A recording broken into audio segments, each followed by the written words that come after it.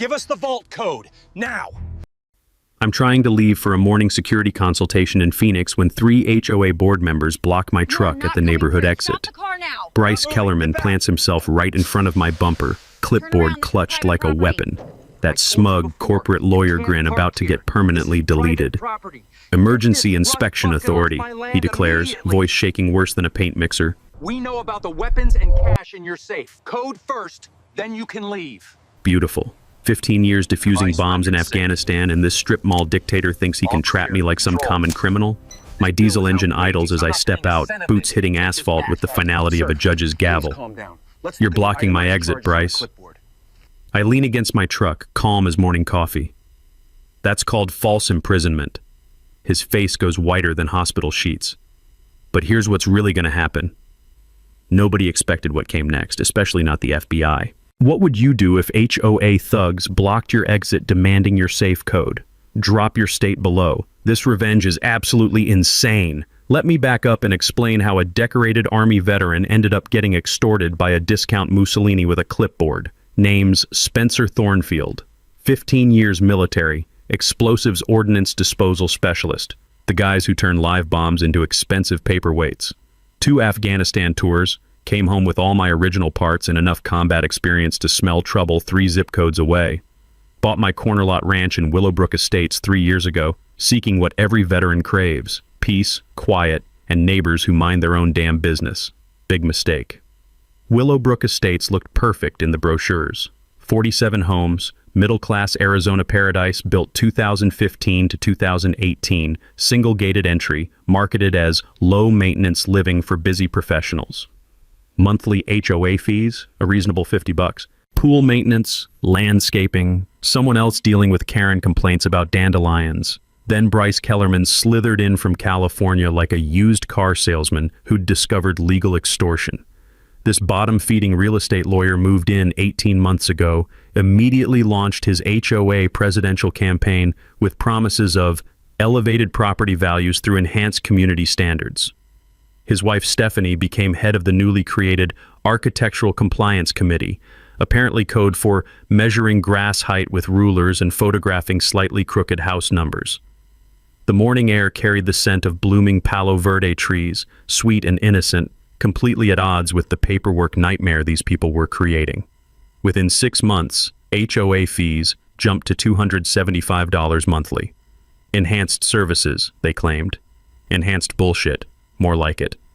I kept my head down, paid the inflated fees, focused on my freelance security consulting business. High clearance corporate work, frequent travel to Phoenix and Tucson, decent money for a guy who just wanted to be left alone with his morning coffee and weekend truck maintenance.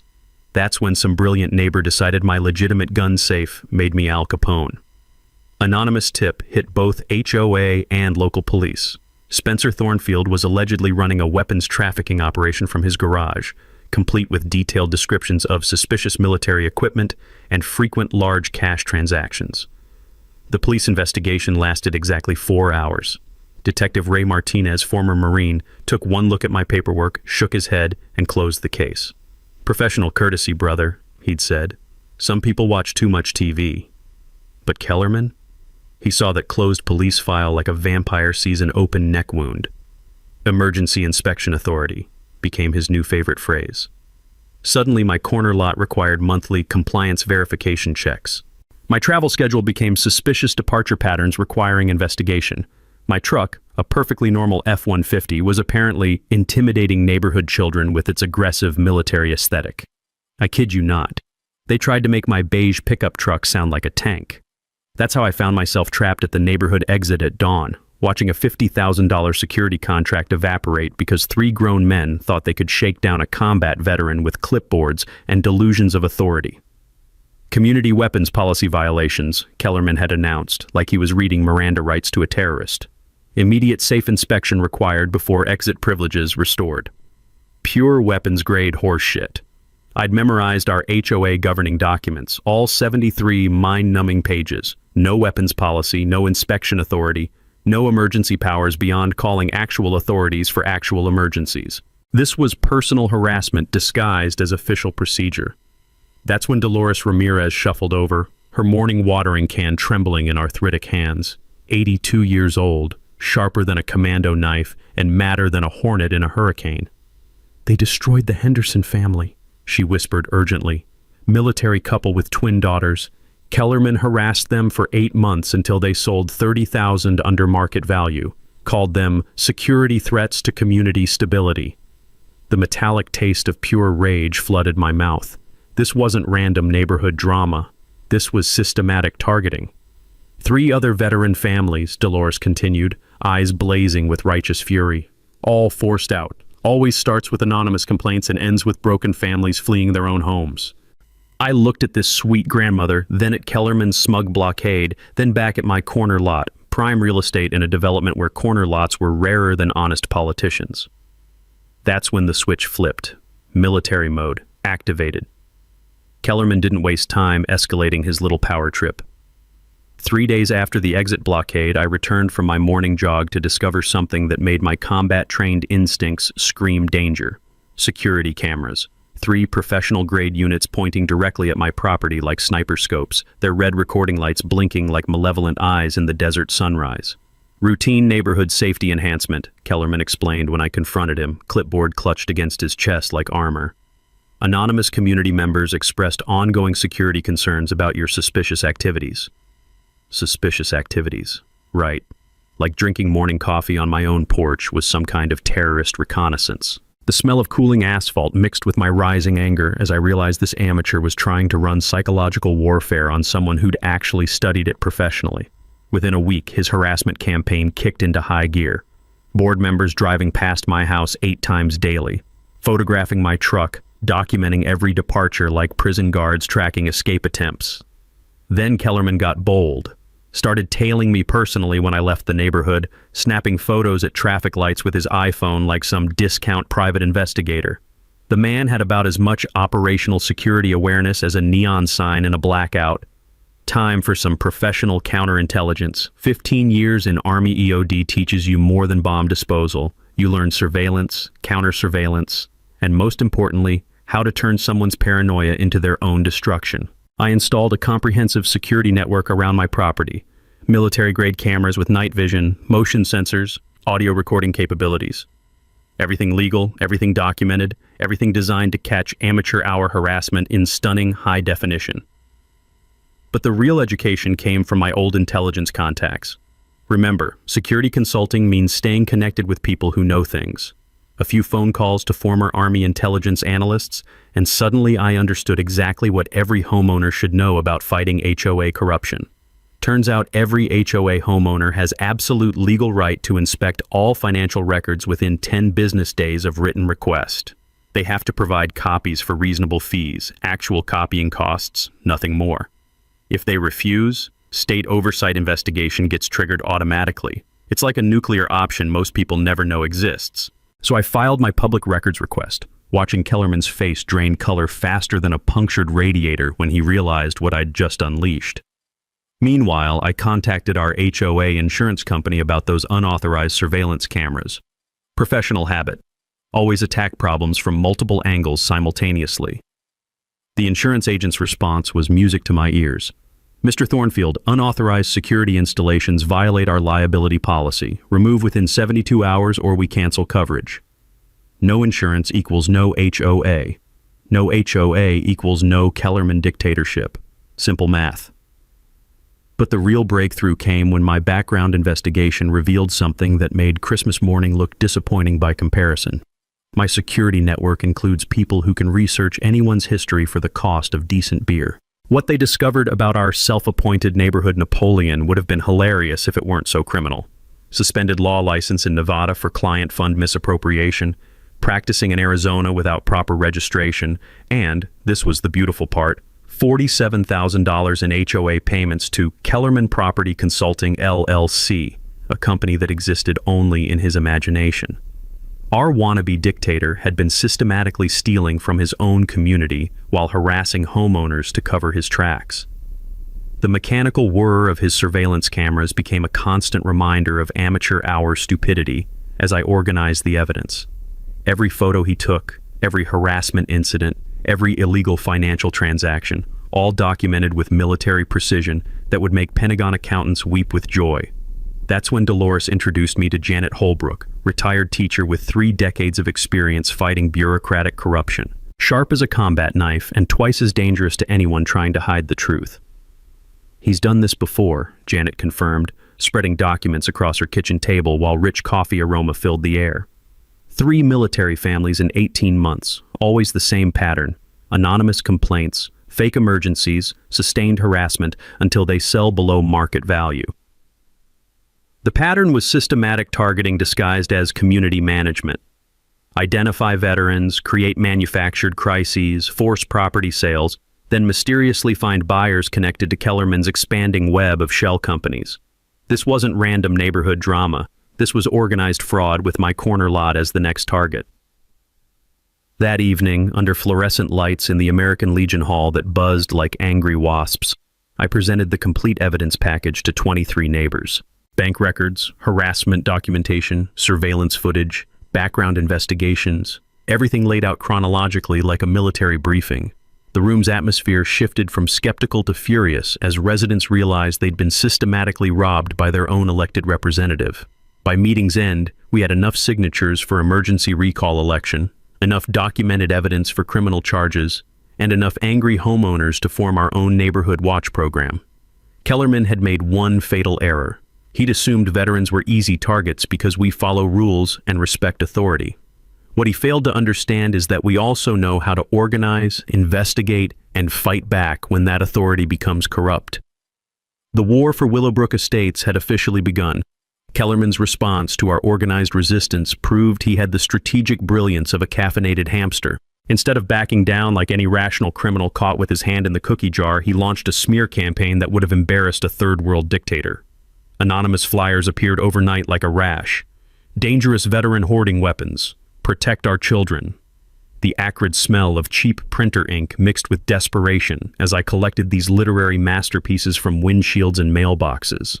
According to Kellerman's creative writing, I was simultaneously suffering from violent PTSD flashbacks while operating a sophisticated arms-dealing network from my garage. The man clearly binged too many bad action movies, but then he crossed a line that transformed this from neighborhood drama into personal war. My phone rang during a crucial contract negotiation in Phoenix. Major defense contractor, $75,000 security consultation deal, 6 months of work that would fund my comfortable retirement. The client's voice was professionally apologetic but firm. "Marcus, we received some concerning information about ongoing federal investigations into your activities.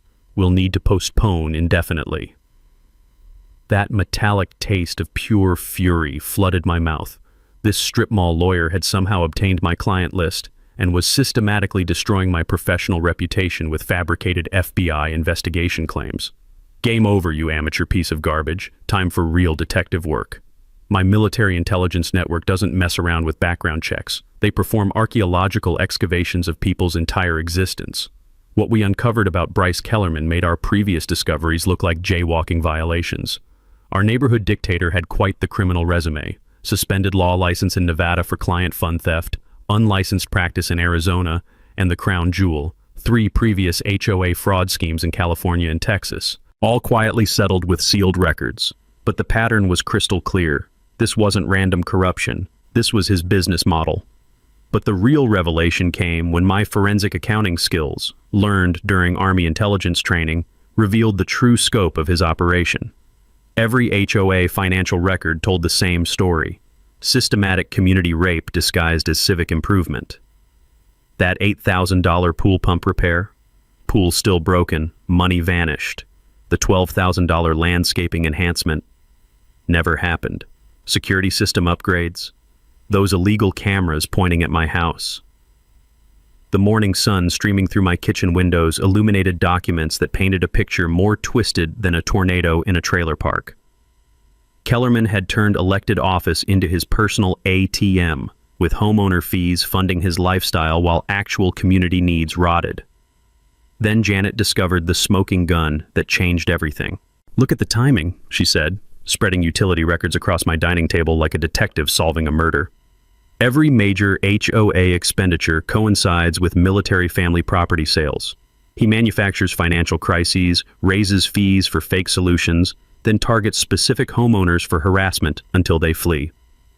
The pattern was diabolically elegant. Create fake emergencies, levy special assessments, target property owners likely to investigate, force below-market sales, then claim their departure proved his security measures were protecting remaining residents from undesirable elements. But here's where Kellerman made his fatal error. While investigating my background for more ammunition, he discovered something that made him salivate like a starving wolf. My security clearance meant I had access to classified government contracts. In his warped mind, this translated to massive blackmail opportunities if he could manufacture evidence of security violations. So he tried to plant evidence. My security cameras, the professional-grade system he'd been too stupid to notice, caught him red-handed breaking into my garage at 2 a.m. with a backpack full of what looked suspiciously like controlled substances and stolen military equipment. The beautiful irony? Everything he planted was obviously fake. Prop weapons from a movie studio, clearly labeled training ammunition, and what appeared to be oregano in military surplus containers. The man was so incompetent he couldn't even frame someone properly. But his attempted evidence planting constituted federal crimes: burglary, evidence tampering, attempting to compromise national security clearances, and conspiracy to commit fraud against federal contractors. The sweet desert night air carried the sound of his car door slamming as my motion sensors triggered, recording every second of his amateur hour criminal enterprise. This wannabe mastermind had just handed me enough evidence to destroy him completely. As I watched him fumble with lockpicks like a drunk teenager, I realized this pathetic excuse for a human being had systematically destroyed 3 military families, stolen tens of thousands from his neighbors, and now thought he could frame a combat veteran for espionage. Wrong veteran, wrong neighborhood, wrong century. By dawn, I had complete video evidence of his break-in attempt, detailed forensic analysis of his planted evidence, and enough federal crimes documented to put him away until his grandchildren were collecting Social Security.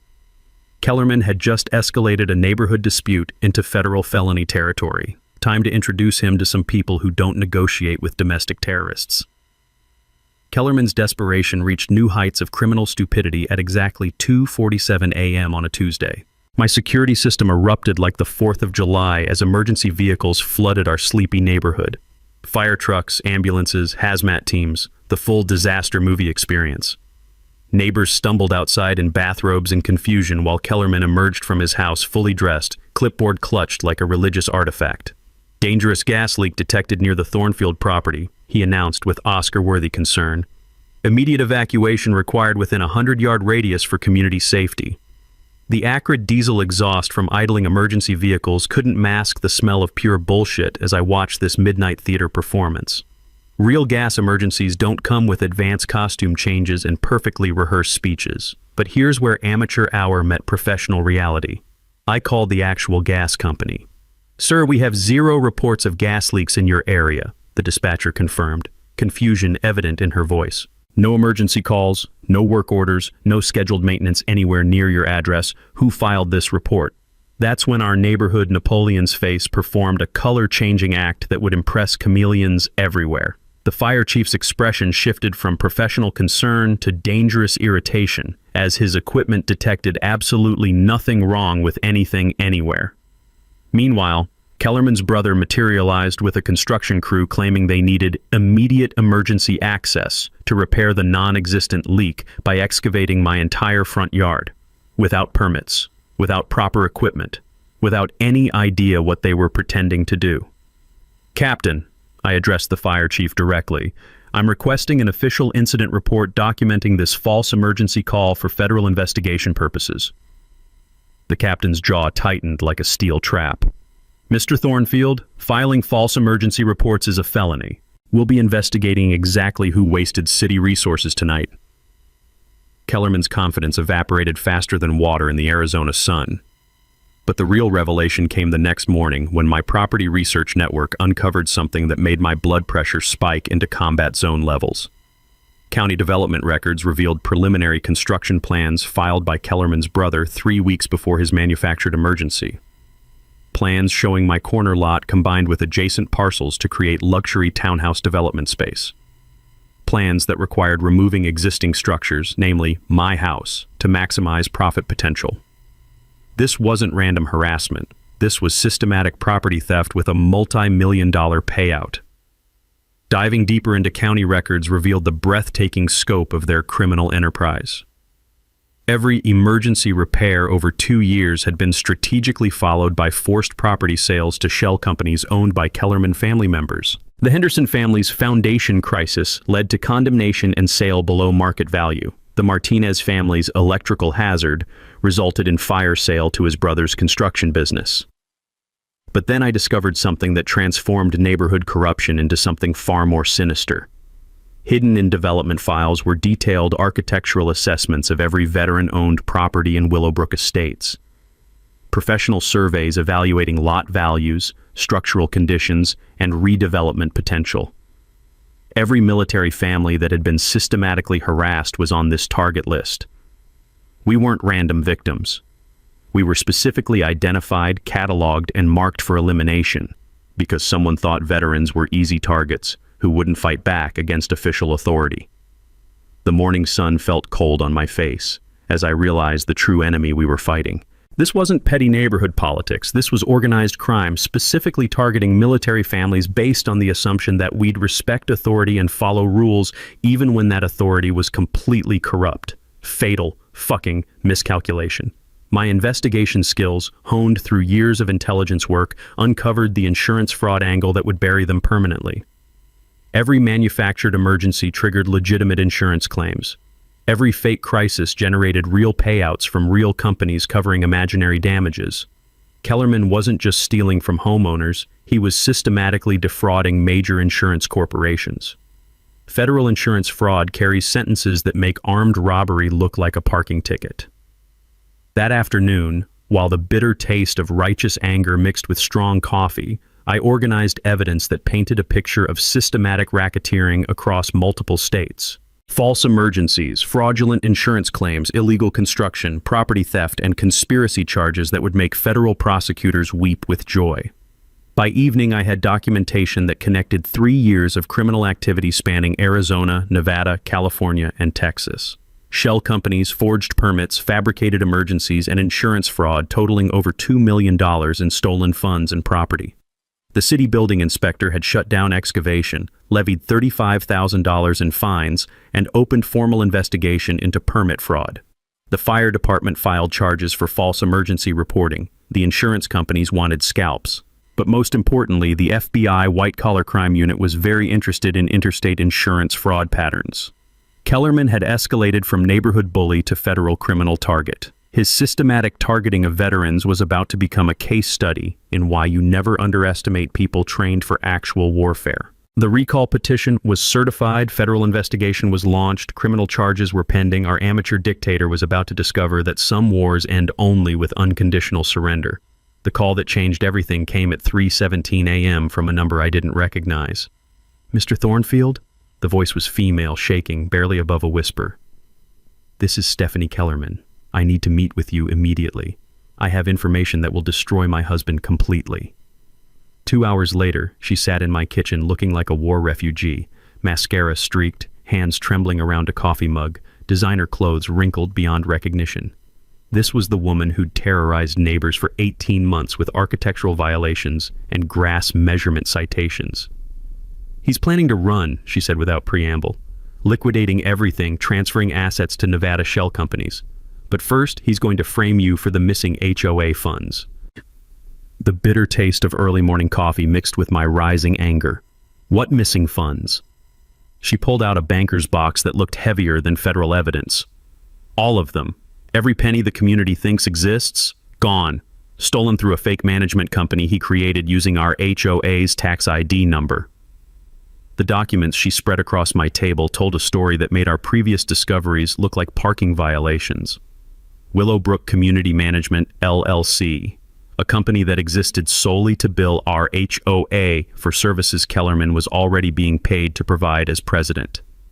Double-dipping for the same work, paying himself twice for every decision, over $4,000 monthly in pure theft for 18 months. But that was just the appetizer. "The reserve fund is completely empty," Stephanie continued, her voice gaining strength as confession cleansed her conscience. "Every legitimate contractor we owe money to, pool service, landscaping, security, maintenance, he's been paying fake invoices to shell companies instead. The community owes $94,000 in real bills while he pocketed the money through fraudulent businesses. The morning light streaming through windows illuminated a paper trail more damning than DNA evidence at a crime scene. Every special assessment, every fee increase, every emergency repair had been designed to cover money already stolen while generating new theft opportunities. "He studies military families specifically," she admitted, shame burning in her voice. "Researches deployment schedules, financial pressures, family situations. Targets veterans because he thinks you're conditioned to follow authority without questioning orders." That revelation hit like incoming artillery. Our harassment wasn't random. It was systematic exploitation based on criminal profiling of military psychology. But here's where the story took a turn that proved karma has a sense of humor. Stephanie revealed something that transformed our entire strategic position. Our HOA insurance policy contained a board member fraud protection clause that most communities never discover. If board members are convicted of financial crimes, insurance covers all losses plus punitive damages to prevent community bankruptcy. "The insurance company has been investigating for months," she explained. "They're not trying to avoid paying claims. They're building a criminal case because his conviction would save them from massive liability payouts. Your evidence coordination has been giving them exactly what they need." This changed everything. Major insurance corporations were actively supporting our fight because Kellerman's destruction would protect their bottom line. But the nuclear revelation came last. "He's going to claim you hacked HOA accounts and stole the money yourself. Plant evidence showing transfers to accounts linked to your security consulting business. Frame the veteran as the thief while he escapes to Nevada with millions." She handed me a thumb drive containing every financial transaction, every fake invoice, every fraudulent transfer spanning 3 years across multiple states. Complete documentation of organized crime disguised as community management. "I helped create some of those shell companies," she whispered. "I thought it was tax planning until I realized he was systematically robbing families who'd served our country." The weight of that evidence felt heavier than any bomb I'd ever defused. This wasn't neighborhood corruption. This was federal racketeering with a multi-million-dollar scope. As Stephanie left my kitchen, desert sunrise painted the sky blood orange, appropriate for the war we were about to win. We had complete financial records, witness testimony, insurance company backing, and federal crimes documented across jurisdictions. Kellerman's empire was about to become his prison sentence. Time for war. The sweet aroma of morning coffee mixed with the bitter taste of righteous fury as I transformed my dining room into a military command center that would make Pentagon strategists jealous. Evidence spread across every surface like battle plans for D-Day, except this invasion was designed to liberate a neighborhood from its own elected dictator. Stephanie's thumb drive contained enough financial crimes to put Kellerman away until his great-grandchildren were collecting Social Security. But having evidence and proving it in federal court are two completely different combat missions. First phase, coordinate with insurance investigator Patricia Finley, a former FBI white-collar specialist with the personality of a honey badger and twice the tenacity. Meeting her at a Phoenix coffee shop felt like recruiting an ally who'd been hunting the same target from a different angle. "Your evidence gathering has been building our criminal case," she said, eyes gleaming with prosecutorial hunger. "Interstate insurance fraud triggers RICO statutes. We're talking 30 years minimum, asset forfeiture, the complete destruction of everything he's built." Music to my combat-trained ears. The technical surveillance network required careful legal engineering. Arizona's recording laws favor property owners, one-party consent for conversations, unlimited camera placement on your own land, GPS tracking legal for vehicles on your property. Everything designed to be admissible in federal court where defense attorneys earn their money by challenging evidence chains. My spare bedroom became a forensic evidence processing center that would impress CSY investigators. Every document timestamp verified, witness signed, and stored with chain of custody documentation that could survive Supreme Court scrutiny. Military intelligence training teaches you that sloppy evidence handling destroys perfect cases. But the real weapon was applying Army financial intelligence techniques to neighborhood-level crime. Cross-referencing HOA payments with state business registration databases revealed a criminal network spanning 4 states. Every emergency repair contracted to unlicensed companies owned by Kellerman family members. Every consulting fee paid to corporations existing only in his imagination. every special assessment funding personal luxury purchases instead of community improvements. The mechanical click of evidence files snapping shut provided satisfying punctuation to each completed investigation thread. This wasn't random corruption. This was systematic racketeering disguised as civic duty. Janet's bureaucratic warfare experience proved invaluable for translating military efficiency into civilian legal procedures. Together, we created prosecution timelines connecting every harassment incident to corresponding financial theft, proving criminal enterprise rather than mere incompetence. "He's been clearing valuable corner lots for his brother's development projects," she observed, organizing bank records with librarian precision while desert morning light streamed through windows. Every veteran family targeted owned property he wanted for luxury construction. The community intelligence network expanded beyond neighborhood boundaries. Veterans organizations provided legal resources and surveillance support. Neighbors offered witness testimony spanning 3 years of systematic abuse. The American Legion became our unofficial headquarters for coordinating evidence across multiple affected families. Here's what most people don't understand about financial crime investigation. Following money trails requires the same skills used for tracking terrorist financing overseas. Every shell company connected through incorporation documents, every fraudulent transfer traced through banking records, every fake invoice matched with non-existent services. The hidden camera network resembled military surveillance operations, except instead of tracking enemy movements, I was documenting domestic terrorism committed by elected officials against their own constituents.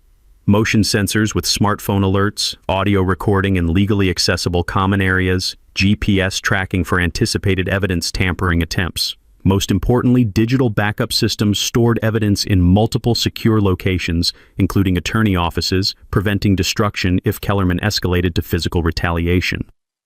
Military planning assumes worst-case scenarios while working toward optimal outcomes. The psychological preparation drew on 15 years dealing with corrupt foreign officials who thought Americans were soft targets easily intimidated by fake authority.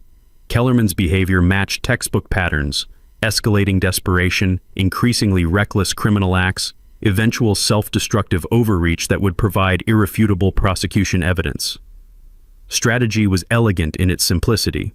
Document everything while letting him continue committing federal crimes, then coordinate simultaneous evidence release to law enforcement, insurance companies, and media for maximum public impact. Media coordination leveraged both Janet's journalism contacts and veteran network connections, reaching statewide advocacy organizations. Local reporters wanted HOA corruption stories, especially involving systematic targeting of military families. State legislators were interested in preventing similar abuse through stronger oversight laws. The financial forensics required accounting precision that would impress IRS investigators. Every stolen dollar traced through legitimate banking channels. Every fraudulent invoice compared with actual contractor work performed. Every shell company connected to real property transfers and development permits. Emergency security protocols included direct sheriff communication, multiple evidence storage locations, and extraction plans if situation escalated beyond legal harassment into physical threats. Military training teaches comprehensive preparation for scenarios ranging from complete victory to tactical retreat. By week's end, I possessed a federal prosecution package that would make experienced attorneys weep with joy. Documented interstate racketeering, systematic insurance fraud, civil rights violations targeting protected veteran status, and enough financial crimes to trigger asset forfeiture proceedings. The recall election was certified. FBI investigation was accelerating. Insurance companies were demanding criminal charges. National media attention was building. Kellerman had systematically underestimated military organizational capabilities applied to civilian justice. His amateur corruption was about to meet professional-grade warfare. Kellerman's desperation reached psychotic levels exactly 7 days before the recall election that would end his reign of suburban terror. My security system erupted at 3:47 a.m., with footage that would make federal prosecutors laugh until they cried. Our wannabe dictator personally vandalizing my truck with the finesse of a meth-addicted teenager, slashing tires, dumping sugar in the gas tank, carving traitor across the hood while his own son stood lookout like this was some kind of twisted father-son bonding experience. The sharp smell of slashed rubber mixed with desert night air as I watched this criminal mastermind document his own felonies in stunning high-definition video. Amateur hour doesn't begin to describe this level of operational incompetence. When confronted the next morning, Kellerman claimed his boy was acting independently due to neighborhood tension caused by your threatening military presence. The audacity. This strip mall Napoleon was blaming his criminal parenting on my honorable service record. But vandalism was just the warm-up act for his main performance of federal stupidity. Over the following week, Kellerman launched a bribery campaign that would embarrass corrupt politicians worldwide, approaching elderly neighbors with offers of waived HOA fees for community loyalty during these challenging times, promising cash payments to anyone willing to testify I'd threatened their safety, even attempting to convince Janet that I was manipulating veteran sympathy to conceal dangerous antisocial behaviors. The beautiful irony?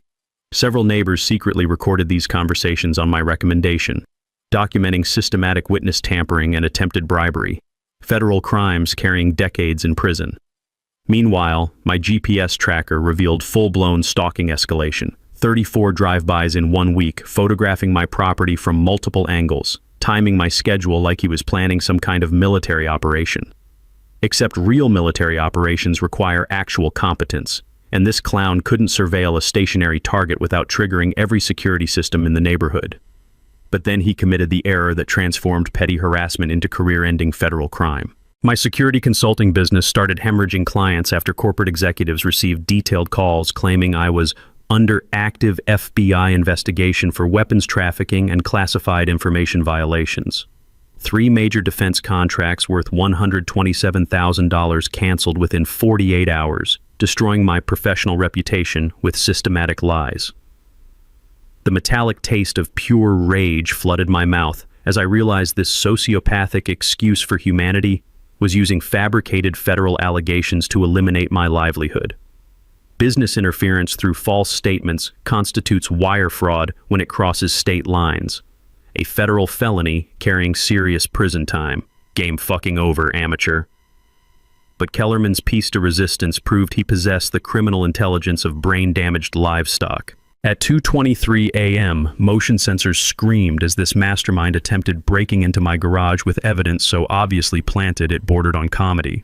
Military equipment clearly marked movie props, training ammunition labeled inert, training use only, and what appeared to be oregano packaged in sandwich bags like some kind of discount drug dealer. My security cameras captured every magnificent second of this federal crime spree while I watched from bed via smartphone, documenting domestic terrorism in real-time, ultra-high-definition glory. Here's what this delusional psychopath failed to comprehend. Attempting to plant evidence in the home of someone with active security clearance constitutes domestic terrorism under federal anti-terrorism statutes. Combined with witness tampering, business interference, stalking, and systematic fraud, he'd created a RICO case that would make experienced prosecutors weep with professional joy. But the community response revealed something beautiful about human nature when good people finally reached their breaking point. Parents organized massive protests after discovering Kellerman had coached their children to fabricate stories about me threatening neighborhood safety. Local businesses posted signs banning his family after learning about systematic bribery attempts. Veterans organizations rallied financial support to replace my sabotaged income while providing round-the-clock security assistance. The neighborhood had evolved from passive victims into an organized resistance movement with military-grade determination. State authorities responded by freezing Kellerman's assets pending criminal prosecution. Insurance companies demanded complete financial audits. The FBI opened formal domestic terrorism investigations spanning multiple federal jurisdictions. But here's the mini twist that made everything perfect. While investigating my background for more ammunition, Kellerman had inadvertently triggered federal security clearance review protocols.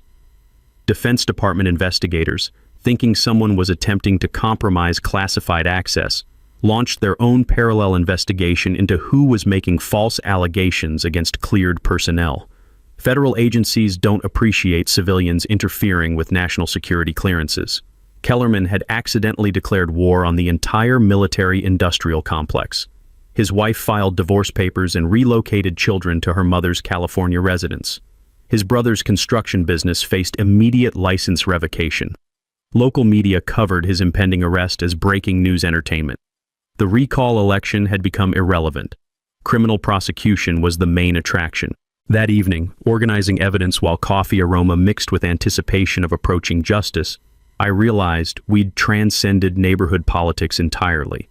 This was federal law enforcement preparing to demonstrate what happens when amateur criminals target people trained for actual warfare. Kellerman's systematic underestimation of military organizational capabilities was about to become a textbook case study in why you never declare war on people who understand total victory. The trap was sprung, evidence secured, federal charges pending. Justice was coming with overwhelming force. The Willowbrook Community Center had never seen anything like this. Standing room only, cameras everywhere, federal agents positioned strategically throughout the crowd like they were guarding a presidential speech.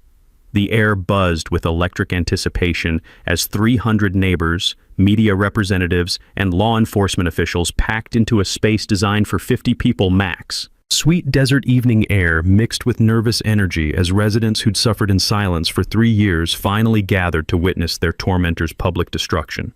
Some carried signs reading, "Veterans deserve justice," and "Kellerman must pay." Others clutched evidence folders documenting their own harassment experiences.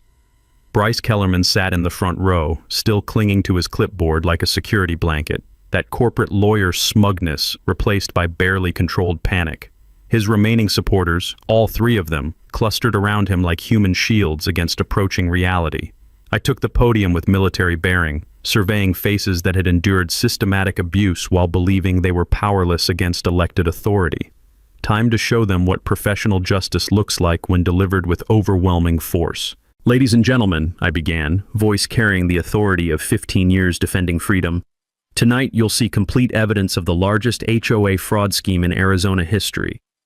The projection screen illuminated with financial records that told a story more damning than any prosecutor's closing argument. 3 years of systematic theft, fraud, harassment, and what federal investigators classified as domestic terrorism targeting military families. Bryce Kellerman stole $347,000 from this community through fake management companies, fraudulent invoices, and manufactured emergencies, I continued, clicking through evidence that made several audience members gasp audibly. Every special assessment, every fee increase, every emergency repair funded his personal bank accounts while actual community needs were ignored. The mechanical click of camera shutters provided percussion as media documented every revelation. This wasn't just neighborhood drama, this was federal crime exposed in real time before witnesses who could testify to its impact on their families. But the financial fraud was only the appetizer. He systematically targeted military families for harassment campaigns designed to force property sales below market value, I explained, displaying the architectural surveys that had cataloged veteran-owned properties for elimination. Every family that fled this neighborhood was specifically chosen because someone thought veterans were easy targets who wouldn't fight back. The crowd's energy shifted from curiosity to righteous fury as parents realized their children had been coached to lie. Elderly residents understood their harassment wasn't random, and veterans recognized they'd been systematically hunted by domestic terrorists. Then came the smoking gun that would destroy Kellerman completely. "But here's what ended his criminal empire," I said, triggering audio playback of his recorded confession to his wife about taking everything from these stupid government sheep who think they're heroes. The courtroom recording played through speakers with crystal clarity. Kellerman's own voice bragging about manipulating brain-damaged veterans and planning to bankrupt every military family in this neighborhood until they crawl away like the broken soldiers they are. Silence. Dead. Absolute silence, as 300 people heard their elected representatives' true feelings about the families who'd served their country. Then, explosion. Veterans in the audience stood as one, faces hard as granite. Parents shouted demands for justice. Elderly residents who'd been terrorized for months wept openly while neighbors comforted them. But FBI Special Agent Martinez stepped forward with the evening's final surprise. "Mr. Kellerman," she announced, badge gleaming under fluorescent lights, "you're under arrest for violations of the RICO Act, federal wire fraud, mail fraud, domestic terrorism, and conspiracy to commit civil rights violations." The satisfying click of handcuffs echoed through the packed room as Kellerman was arrested before the entire community he'd terrorized. His clipboard scattered across the floor, symbolic end to 3 years of fraudulent authority. Additionally, Agent Martinez continued, federal asset forfeiture proceedings will recover every stolen dollar plus punitive damages for affected families. The insurance company will compensate all fraud victims while criminal prosecution ensures justice. But the mic drop moment belonged to me. As Kellerman was led away in federal custody, I stepped to the microphone one final time. You picked the wrong veteran, the wrong neighborhood, and the wrong century to run your little dictatorship. Some of us actually know what fighting for justice means. The community center erupted in applause that could be heard 3 blocks away as Kellerman disappeared into federal custody, his empire destroyed, his freedom gone, his reputation annihilated before everyone who'd suffered under his corrupt rule. Local news broadcast live coverage as neighbors celebrated in parking lots, children played safely without fear, and veterans finally received the respect they'd earned through service. Justice hadn't just been served. It had been delivered with extreme prejudice by a community that refused to accept systematic abuse. The recall election was canceled, no longer necessary. Federal prosecution was guaranteed. Community healing could begin. But most importantly, every military family in America now knew that systematic targeting of veterans would be met with professional-grade resistance and overwhelming legal force. Message received, mission accomplished, enemy neutralized. 6 months later, Kellerman was sentenced to 18 years in federal prison without possibility of parole. The courtroom was packed again, but this time with families celebrating justice rather than demanding it. Federal Judge Robert Finley called it one of the most comprehensive cases of community fraud and civil rights violations he'd seen in 20 years on the bench. Asset forfeiture proceedings recovered $847,000 in stolen funds, fraudulent profits, and punitive damages. Every affected family received full restitution plus compensation for harassment-related damages. The insurance company paid additional settlements that transformed financial devastation into community rebuilding opportunities. Our HOA fees dropped to the original $50 monthly with complete financial transparency requirements. New board elections brought in military veterans and long-term residents committed to actual community service rather than personal enrichment. But the real victory was what happened to our neighborhood. Property values increased 20% as news coverage attracted buyers specifically seeking honest community management. Young military families moved in, drawn by stories of neighbors who'd fought systematic corruption and won. The community pool was finally repaired, landscaping restored, and legitimate security measures installed. More importantly, children could play outside without fear while their parents enjoyed evening barbecues without harassment. The American dream, restored through collective resistance against domestic tyranny. My consulting business thrived beyond expectations as national media attention brought clients seeking expertise in fraud investigation and community organization. But the most rewarding contracts came from other neighborhoods fighting similar corruption, armed with evidence-gathering techniques proven in federal court. The ripple effects extended far beyond Arizona. Operation Clear Title, the nonprofit I established with insurance settlement funds, helped 17 other communities expose HOA fraud schemes across 6 states. Veterans organizations adopted our investigation methodologies as training curricula for members facing civilian authority abuse.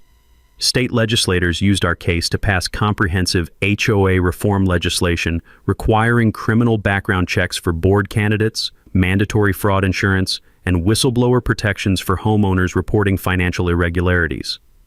What started as neighborhood harassment became statewide legal precedent protecting future victims. But the personal transformation proved most meaningful. Janet and I married the following spring in a ceremony held on the very corner lot Kellerman had tried to steal.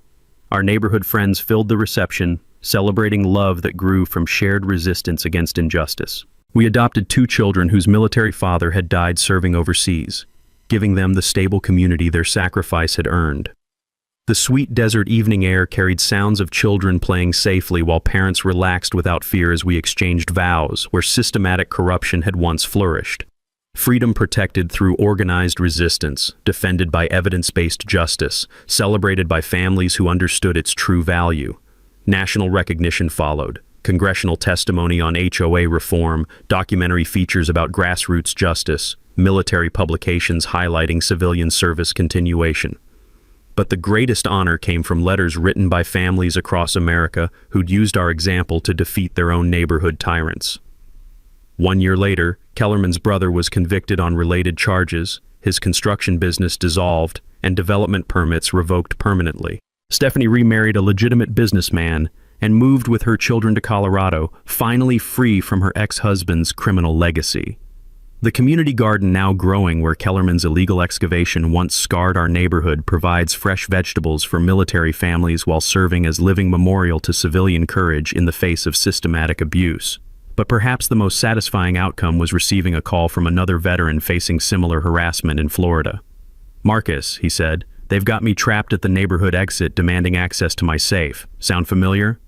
I packed my investigation kit and headed to the next battle for justice, carrying evidence-gathering techniques proven in federal court and community organization methods tested under fire.